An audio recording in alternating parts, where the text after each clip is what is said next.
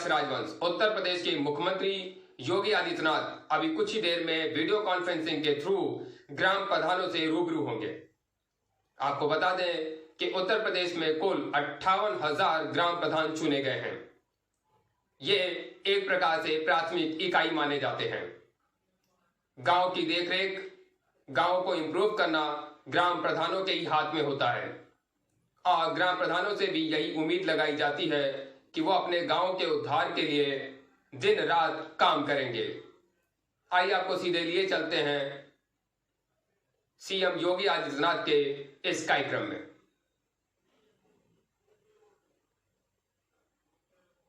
और त्रिस्तरीय पंचायत राज की व्यवस्था से जुड़े हुए जो अब सबसे अहम कड़ी है ग्राम प्रधानों की, प्रदेश के 58,000 नवनिर्वाचित ग्राम पंचायत के सभी सम्मानित ग्राम प्रधानगण, मैं सबसे पहले आदरणीय राज्यपाल महोदया का आज के इस कार्यक्रम में हृदय से स्वागत और अभिनंदन करते हुए आप सभी ग्राम प्रधानों को कोरोना कालखंड में चुनौती से जूझते हुए ग्राम प्रधान चुने जाने पर हृदय से बधाई देता हूं। आप सबके उज्जवल और मंगलमय भविष्य की कामना भी करता हूं। मुझे प्रसन्नता है कि कोरोना से जूझते हुए भी आपने हिम्मत नहीं हारी और पूरी मजबूती के साथ इस अभियान के साथ लड़ते रहे। आप में से बहुत सारे ग्राम प्रधानों ने तो कोरोना की द्वितीय लहर में परिणाम आने के बाद से ही शपथ ग्रहण के पहले ही निगरानी समिति के साथ मिलकर के कार्य करना प्रारंभ कर दिया और उसका परिणाम हमारे सामने है। उत्तर प्रदेश के बारे में विशेषज्ञ ये मानते थे कि उत्तर प्रदेश इस द्वितीय लहर की चपेट में सबसे ज्यादा होगा और यहां की स्थिति सबसे खराब होगी। आदरणीय प्रधानमंत्री जी का मार्गदर्शन, जनता जनार्दन का सहयोग और ईश्वर की कृपा ऐसी रही कि उत्तर प्रदेश आज एक सुरक्षित स्थिति में है। जिस प्रदेश के बारे में कहा जाता था कि यहाँ 30 लाख से अधिक कोरोना के सक्रिय केस होंगे, उस उत्तर प्रदेश में आज केवल 52,000 सक्रिय केस हैं। जिस उत्तर प्रदेश के बारे में कहा जाता था कि यहाँ पे 1 लाख से ज़्यादा केस प्रतिदिन आएंगे, आज वहाँ पे मात्र 3,200 केस ही आए हैं। ये प्रत्येक व्यक्ति जब मिलकर के टीम भावना के साथ कार्य करता है तो उसके परिणाम भी इसी प्रकार से सामने आते हैं और हमारी पंचायत राज की व्यवस्था भी इसी पर आधारित है। हम सबका सौभाग्य है कि आज इस पूरी व्यवस्था के साथ पहली बार ये हो रहा होगा कि जब ग्राम प्रधानों को देश का कोई राज्यपाल संबोधित करे और अपना मार्गदर्शन दे। इसलिए मैं सबसे पहले आप सभी ग्राम प्रधानों को इस बात के लिए बधाई दूंगा कि ये पहली बार हो रहा है कि जब एक साथ राज्यपाल महोदय का भी और मुख्यमंत्री का भी आपके साथ सीधे संवाद हो रहा है। आप अपनी कीमत और अपनी अहमियत को समझ सकते हैं कि कितना मजबूत आधार लोकतंत्र का आपके पास है कि हम लोगों को स्वयं आपके साथ संवाद बनाना पड़ रहा है। मुझे केवल आपसे कुछ अपील करनी है। एक, हम कोरोना की दूसरी लहर का सामना कर रहे हैं और सफलतापूर्वक हम वहां तक पहुंच चुके हैं जहां दूसरी लहर को और कोरोना को हम समाप्त कर सकते हैं। लोगों को आशंका थी कि उत्तर प्रदेश के गांव इससे सबसे ज्यादा संक्रमित होंगे, लेकिन मैं ग्राम प्रधानों की अध्यक्षता में बनाई गई निगरानी समिति को धन्यवाद दूंगा कि इस निगरानी समिति ने गांव में घर घर जाकर के स्क्रीनिंग का काम किया और एक एक व्यक्ति जो भी लक्षण युक्त था उसको मेडिसिन किट उपलब्ध करवाने, स्वच्छता, सैनिटाइजेशन, फॉगिंग की कार्रवाई को आगे बढ़ाने। मैं तो सहारनपुर में गया था। सहारनपुर के एक गांव में जब मैं गया तो मैंने देखा कि गांव में एक व्यक्ति कोरोना संक्रमित था, उसके पास होम आइसोलेशन की व्यवस्था नहीं थी। तब तक ग्राम प्रधानों का शपथ भी नहीं हुआ था, लेकिन गांव की प्रधान ने गांव के पंचायत भवन में कोरोना संक्रमित को रख करके अपने घर से भोजन लेके आती थी, भोजन निगरानी समिति के माध्यम से उसको भोजन करवाती थी, गांव की साफ सफाई का ध्यान तब भी रख रही थी। ये बड़ी बात थी कि शपथ ग्रहण के पहले ही निगरानी समिति के अध्यक्ष तब तक प्रधान नामित नहीं हुए थे, लेकिन कार्य उन्होंने प्रारंभ कर दिया था। आज उसी का परिणाम है कि इतनी बड़ी संख्या में हम लोग, जिस उत्तर प्रदेश के बारे में आशंका व्यक्त की जा रही थी कि उत्तर प्रदेश की स्थिति सर्वाधिक खराब होगी, और उत्तर प्रदेश आज सबसे सुरक्षित स्थिति में, सबसे अच्छी रिकवरी दर हमारी है, सबसे अच्छी स्थिति में हम उत्तर प्रदेश को लेकर के चले जाने में सफल हुए हैं। मेरी आप सबसे अपील है कि कोरोना के बारे में जो आदरणीय प्रधानमंत्री जी ने कुछ बात कही कि यह एक कोरोना जो वायरस है यह बहुरूपिया भी है और बड़ा धूर्त भी है। हमें इसके बारे में सचमुच सतर्क रहना पड़ेगा, लापरवाह नहीं होना होगा। इसलिए आपकी बड़ी जिम्मेदारी बनती है। जिम्मेदारी ये बनती है, देखिए अभी आप में से 58,000 ग्राम पंचायत आज संवाद बना रहे हैं, लेकिन बहुत सारी ग्राम पंचायतों का भी गठन आप लोग नहीं कर पाए हैं। जो सदस्यों का चयन होना है, इसका प्रक्रिया को तेजी के साथ आगे बढ़ा करके अगले 12-15 दिन के अंदर काम आप प्रारंभ करिए निगरानी समिति के साथ, लेकिन इस पूरी प्रक्रिया को आगे बढ़ा देंगे तो अब आगे हमें व्यक्ति के जीवन को ही बचाना है और उसकी जीविका को भी, रोजगार सृजन की संभावनाओं को भी आगे बढ़ना पड़ेगा।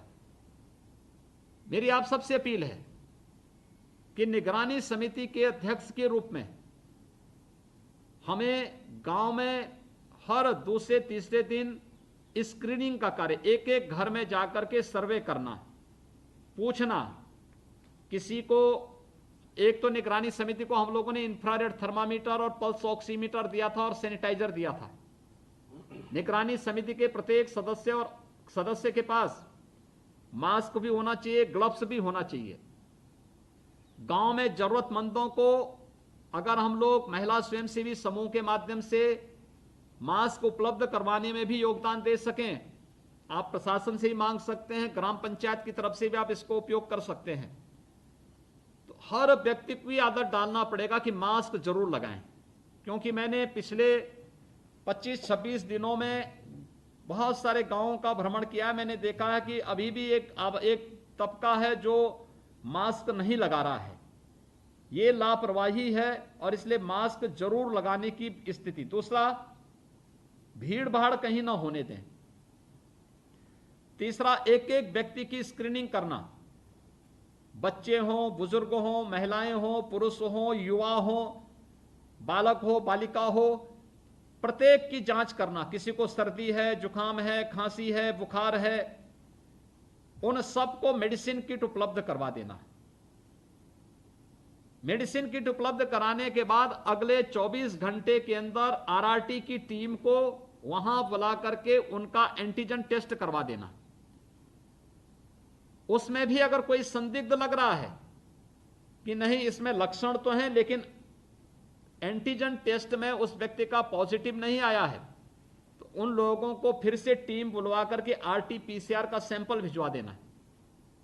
लेकिन तब तक हमें देखना होगा कि वह व्यक्ति इधर उधर घूमे ना, घर में आइसोलेट रहे या पंचायत भवन में सुरक्षित ढंग से उसके रहने खाने की व्यवस्था आप कर लेंगे। एक तो ये कार्य वहां पर करना। दूसरा, बाहर से कोई भी व्यक्ति गांव में आता है उस पर निगाह रखना।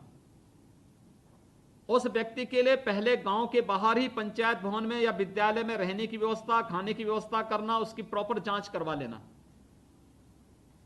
और जांच कराने के बाद जब आप इस बात को संतुष्ट हो जाएं कि इस व्यक्ति में कोरोना के कोई लक्षण नहीं, तो व्यक्ति गांव में जा सकता है।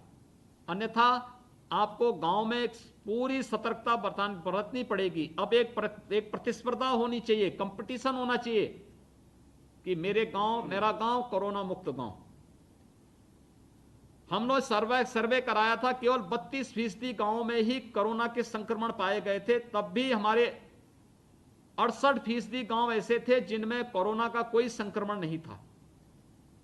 यानी गांव के लोगों ने अपने पुरुषार्थ से, अपने परिश्रम से अपने गांव को सुरक्षित रखा। लेकिन हमें अभी भी लापरवाही नहीं बरतनी है। तो सबसे पहले कोरोना से बचाओ। दूसरा, बरसात आने वाला है और बरसात जब आती है तो बरसात अपने साथ बहुत बार बीमारी भी लेके आती है। देखिए, इसी में मस्तिष्क ज्वर और दिमागी बुखार भी आता है, मलेरिया भी आता है, डेंगू भी आता है, कालाजार भी आता है, चिकनगुनिया भी आता है, तमाम अन्य प्रकार की बीमारियां भी आती हैं, जल जनित बीमारियां भी आती हैं और विषाणु जनित बीमारियां भी आती हैं। इन सभी बीमारियों से बचाव के लिए भी हमें अभी से प्रयास करना होगा। और ये प्रयास, स्वास्थ्य विभाग का नंबर बाद में आता है, ग्राम पंचायत का नंबर पहले आता बचाव में। क्योंकि साफ सफाई आपने प्रतिदिन तय कर लिया कि भाई मुझे अपने गांव को साफ रखना है, कोई गंदगी नहीं होगी, गांव का पानी नालियों से बहे लेकिन गांव की नालियां साफ सुथरी हों, सुबह साफ सफाई, दोपहर में सैनिटाइजेशन और शाम को फॉगिंग।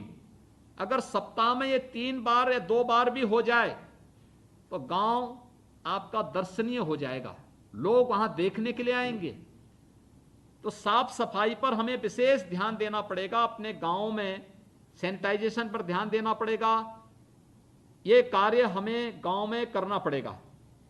अगर इन कार्यों को आप कर देंगे तो मलेरिया आपके गांव का कुछ नहीं बिगाड़ पाएगा, मस्तिष्क ज्वर कुछ नहीं बिगाड़ पाएगा, डेंगू कुछ नहीं कर पाएगा, और अन्य तमाम प्रकार की जो जल जनित बीमारी या विषाणु जनित बीमारी है या डायरिया है, हैजा है, ये कुछ नहीं बिगाड़ पाएगा। हमें केवल ध्यान देना पड़ेगा। तीसरा मेरी आपसे अपील है, सरकार ने व्यवस्था की है कि हर गांव को शुद्ध पेयजल मिले, फिर भी अगर गांव में शुद्ध पेयजल नहीं है, हम अपने गांव में देख सकते हैं कि गांव में अगर लोगों को नल का पानी पीना पड़ रहा है, हैंडपंप का पानी पीना पड़ रहा है, पानी शुद्ध नहीं है, हम उसको गर्म करके छान करके पिएं, आप देखना कोई डायरिया या हैजा नहीं हो सकता, कोई भी जल जनित अन्य बीमारी नहीं हो सकती। हम लोगों को इसके लिए प्रेरित करें, गांव पंचायत छोटी छोटी समूह बना करके गांव में इसके बारे में बताएं। एक प्रतिस्पर्धा होनी चाहिए, अपने गांव को स्मार्ट विलेज के रूप में कैसे हम विकसित कर सकते हैं। इसमें सरकार भी सहयोग, केंद्र सरकार ने केंद्रीय वित्त आयोग का पैसा गांव को दिया है, राज्य सरकार का पैसा, राज्य वित्त का पैसा भी आपके पास पड़ा हुआ है, 10,000 करोड़ रुपए से ग्राम पंचायतों में पड़ा हुआ है।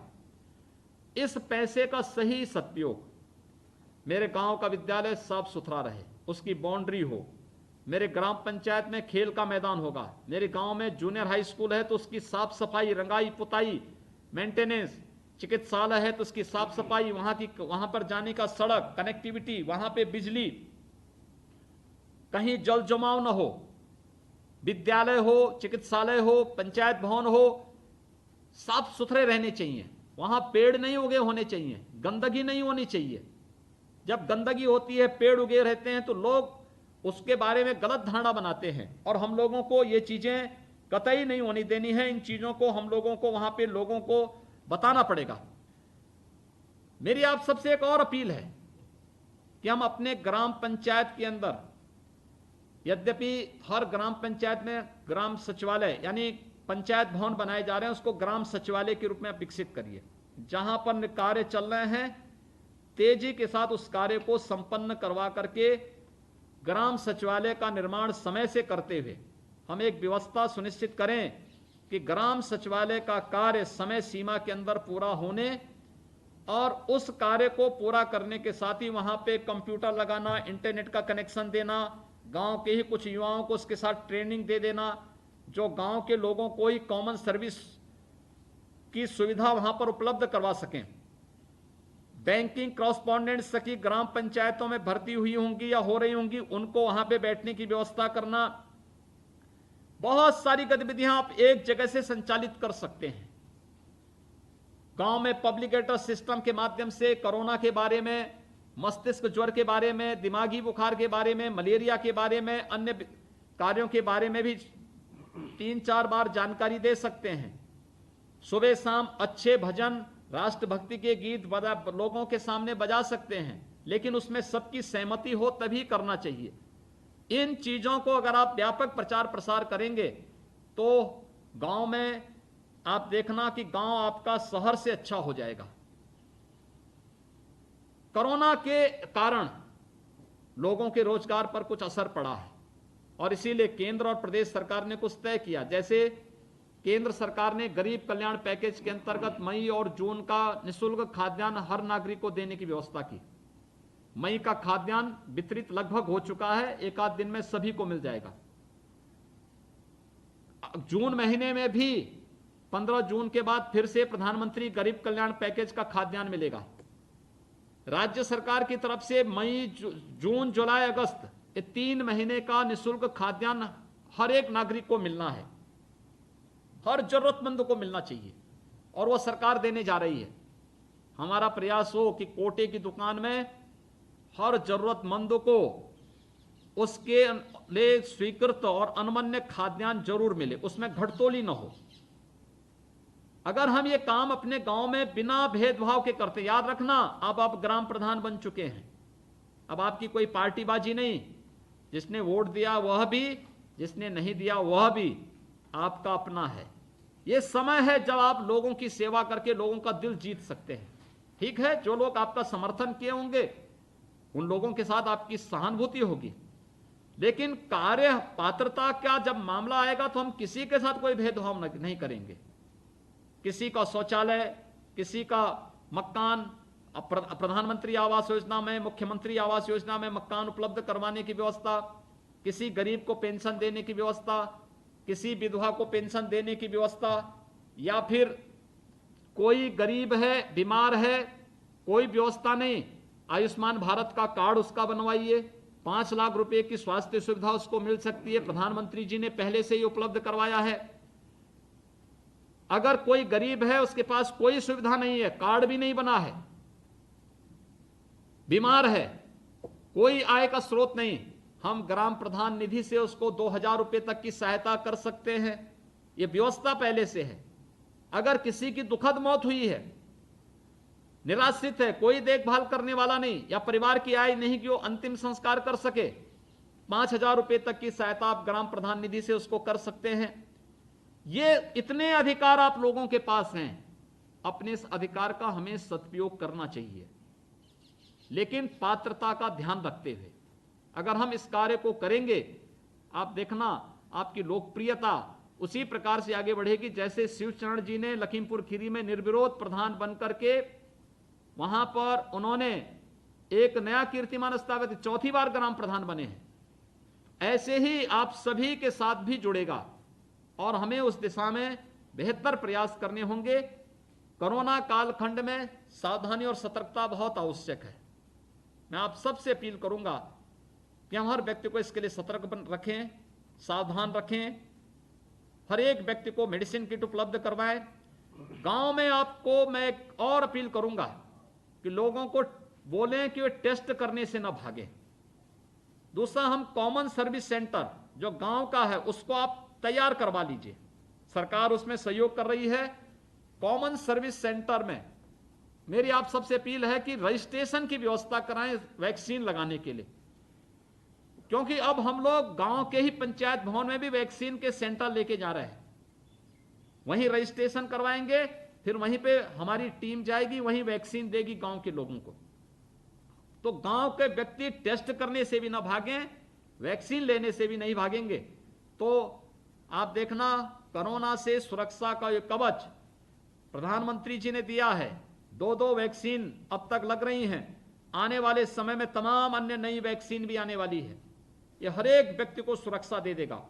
कोरोना फिर कुछ नहीं बिगाड़ पाएगा, बशर्ते हम स्वयं उसके प्रति सतर्क हो जाएं। तो आप सबकी बड़ी भूमिका है और त्रिस्तरीय पंचायत में सबसे महत्वपूर्ण और मजबूत कड़ी के रूप में ग्राम प्रधानों की भूमिका को कोई नजरअंदाज नहीं कर सकता है।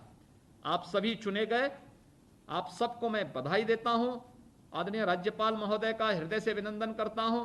उनका मार्गदर्शन आप सबको आज प्राप्त हो रहा है, ये आपके लिए सौभाग्य की बात है। आदरणीय राज्यपाल महोदय के मार्गदर्शन और उनके आशीर्वाद से आप सभी अच्छा कार्य करें, इस विश्वास के साथ आप सबके सफल और मंगलमय।